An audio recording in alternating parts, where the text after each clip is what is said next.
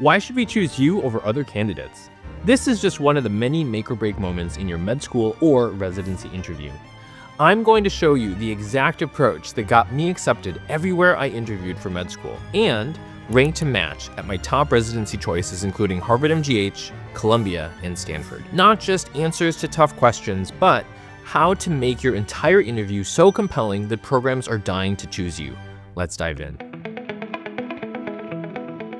So I'm probably the last person that I would have expected to give advice on interviews because I actually learned all of these lessons the hard way. When I was in college, I did my first mock interview ever, and it was an unmitigated disaster. In many ways, I looked really good on paper. I had really good grades, and I had scored in the top 1% of people taking the MCAT. I looked good on paper. The problem was that I had a really hard time communicating why a program would want to take me.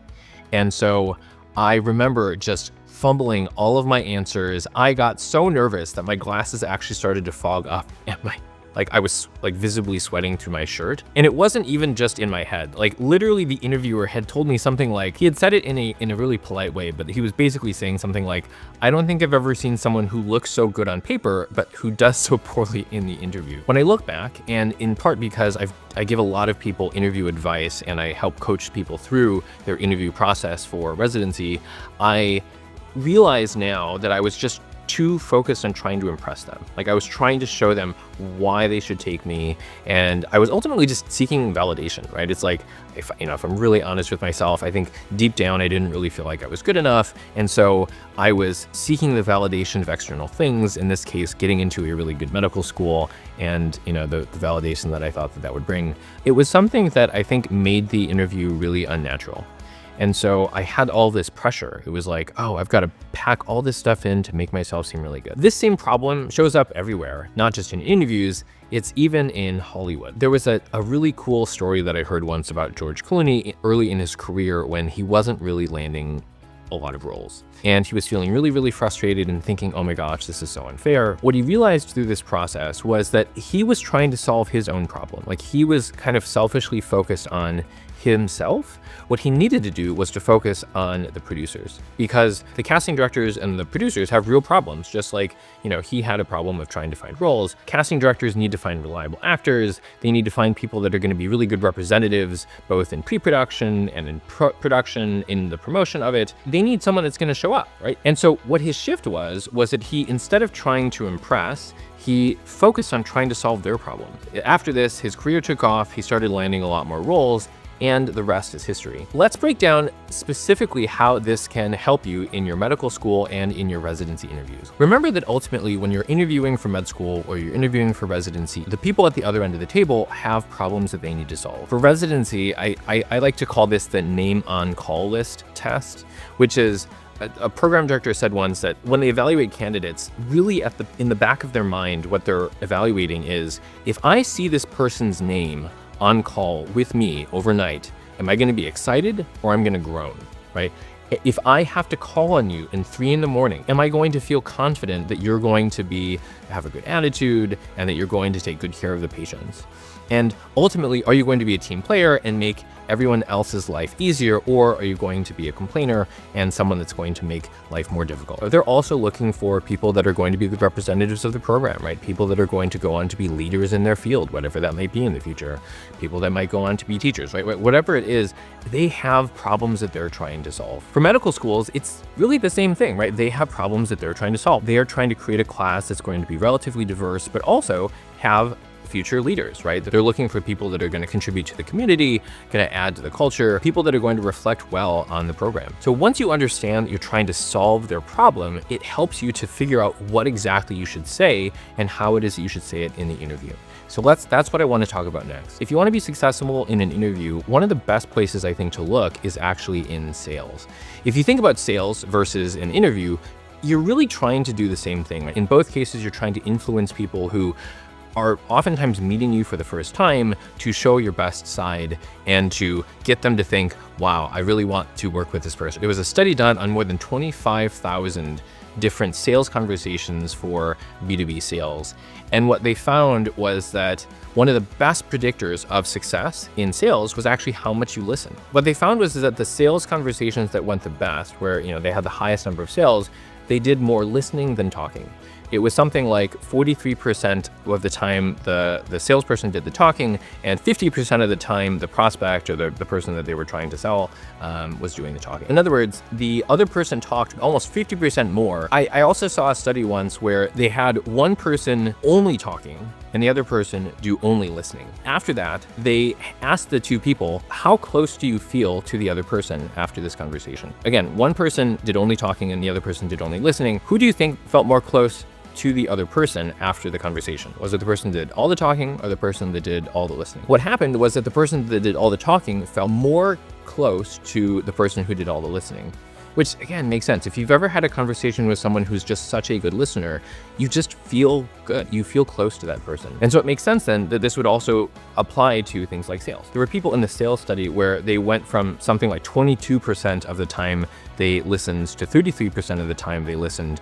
Even with that improvement of of adding 10% more listening time, there was a significant increase in success. We know that we want to listen and we know that we want to figure out what their problems are, but how do we actually make program directors or the people that are interviewing us want to talk, right? Because oftentimes it will feel really uncomfortable. In this next section, I want to talk about how you actually get program directors to talk, or how you actually get medical school admission people to talk, and the kinds of questions that can help you to elevate the conversation so that you can make a positive impression and they are more likely to want to accept you into their program. The first thing to note is that there are two kinds of questions generally that you can ask. The first is what we call a transactional question. So a transactional question is one that you could figure out by looking at their website. You could figure out by looking at a brochure or something like that, right? It might be things like, what's the call schedule? Or, do you do problem-based learning? Or do you do, is it more like flipped classrooms? Like those are questions that you can just look up on your own. They tend not to work very well in an interview in my experience, largely because A, they tend to get asked these questions a lot. So they're not really going to make a very positive impression. It's not going to help you elevate the conversation. B, they can sometimes show that you don't really know much about the program, right? Because if you are asking these sort of basic kinds of questions, then their next thought is often going to be like, these are the kinds of things that you could know. Instead, what you want to ask are what we call transformational questions. So transformational questions are things where you'll know that you asked a good one because they'll look up to the sky and then they'll say something like, wow, that's a really good question. I never really have thought about that. Or, they'll start to get excited and they'll start to lean forward and they'll start to give you more detail. What I'm going to talk about next are 3 questions that can change everything for you to help open up the conversation and help you figure out what problems they're trying to solve, how you can position yourself so that they really want you to join their program. This first question is what I call the superstar question, and that's what can help you uncover what it is that they value most and give you insights into how it is that you can sell yourself when they ask you difficult questions like, why should we take you over other people? Or tell me about yourself. The phrasing of this question would be something like, let's say that there's one student's name that comes up and everyone's face just lights up. What makes them so special? What is it that they've done that helps them to stand out in such a remarkable way? This is a great question to ask because people are generally motivated by one of two things. Either they want to have some kind of pleasure, right, like in the general sense of pleasure, or they want to avoid pain. And so this question helps reveal in some level both of these things, but it's really helping you to get a sense of who their ideal candidate is. You're also more likely to get spontaneous answers for this question because it's not one that they're necessarily going to get very often. And so the way that you want to use this is you want to, again, be interested, not interesting. You want to take their responses and really try to dig more deeply into it, right? If they say something like, oh, we really, really love people who take initiative, and say, great, like what would be an example of someone who, did that? Or what would be a way in which someone might do that in your program? And then they can just keep going. And so you want to keep getting more and more information and get them talking more and more. Again, watch for emotional responses. Watch for them to lean forward. Watch for them to give you more detail, to be excited. These are good cues that you're really able to connect with them. And the more interested you can be in the responses, genuinely interested in them, the better it is. So with that question and all the follow-up questions that you can ask, you'll have a better understanding of who their ideal candidate is. And so the next question to ask is what makes their program unique and what they're excited about. This is what I call the hidden gems question. The way that I like to phrase this is say something like, so what's the best part about your program that I wouldn't be able to tell from a tour or a website? Again, the value of this is that you're gonna get unrehearsed answers. These are things that they're probably gonna have to think about, and it's also gonna show you what they're proud of in terms of the program's culture, and it's gonna show that you have a deeper interest than what it is that they're just showing on the surface. In the same way with the superstar question, it's going to give you a lot of positive information that you can use to tie to your responses that you can give later. Just like with all of these questions, you're going to want to keep asking follow-up questions. The thing to remember with interviews in general, that it's not just like a tennis match. It's not like, you know, I used to think of an interview as something where they would lob a question at me and then I would hit it back with some sort of response, and they would lob another question at me and then I would hit it back, right? It's not like that. It really should be a conversation where you're both trying to get information about the other so that you can really assess for fit, right? Because ultimately you also want to go to a program where you are going to fit. And so asking genuine questions, showing interest in what it is that they have to say and their values is going to help you a lot. Finally comes my favorite question, which is the one that can help you learn from everyone else's mistakes and to position yourself as the antidote to their pain. This is what I call the prevention question, and it goes something like this. What are 3 things that an intern should never do if I was going to apply for residency? Or what are 3 things that a medical student should never do if you were applying to medical school? And so why this works is that it's going to help you reveal past problems. Because like I said before, people are motivated either by pleasure or by pain. And if you can ask a question like this, and in general, people are more motivated to avoid pain than they are to seek pleasure. And so if you can figure out what their pains are, right? Every program, be it a medical school, be it a residency, has past experiences that have been really, really painful. I was talking to one of the program directors at the Harvard MGH program for anesthesiology, and what he said was that program directors in general tend to be a pretty risk-averse group, meaning that they're thinking about past, problematic residents that they had, where when I was a resident, there was one in particular that it was just like, they were just really, really challenging. There were some questionable medical outcomes and medical decisions that led potentially to those outcomes. And when it was brought up that maybe anesthesiology wasn't the best for them, they immediately got very, very defensive and almost like threatened to sue, and it was a huge, huge mess. And so this is the kind of thing that keeps program directors up at night. And so if you can identify these things, like if you can identify like what are the very real pains that are motivating these people, what are the things that they're trying to avoid, and position yourself as sort of the NSAID, right? The pain reliever to their pain, you can make a dramatic difference in your residency interview. The key thing to remember with this is that this isn't about memorizing questions and answers. What I want to talk about next, though, is the kinds of questions that you can expect to hear and how is it that you should respond to those. Because typically what people are looking for when they are looking for interview advice is they're just thinking about this as like, okay, like what are the questions that they are going to ask me and what should my responses be? And this is important, right? And so I want to talk next about how you should prepare for common interview questions. The 2 most important things that I did before I went to an interview was, 1, I reviewed again my personal statement. I spent a lot of time on my personal statement, and it really was an authentic reflection of why it is that I was interested in medicine, and then when I applied for residency, why it is that I was interested in anesthesiology. And so the narrative that I'd crafted for myself, my own thesis statement of how I was interested in medicine because I really loved the application of science, not just for the application's sake, but because I really wanted to use it to help other people. And then in anesthesiology, which was basically an extension of that subsequently, to figure out how it is that I would respond to questions. I'll put a list of some of the more common questions that you should prepare for in terms of an interview. For the purpose of this video, I'm just going to talk about how I would approach general questions that you're likely to hear, the most common sort of interview questions that you're likely to hear.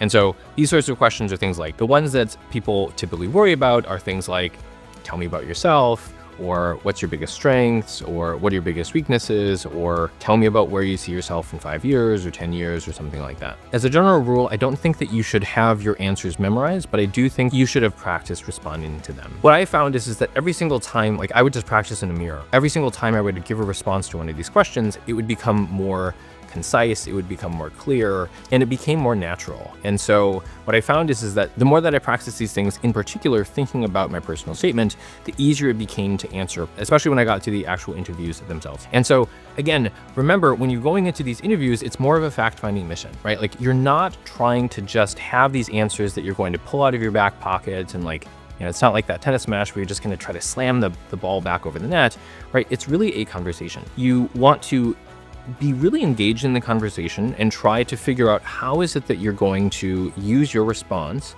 to sort of like match what it is that the other person has talked about in terms of their values. For example, like I think that most of us have probably 10 things that we could talk about ourselves. Like for me, it was I had done a lot of teaching and I had done a lot of research and I had done, music and I had done like a lot of different things.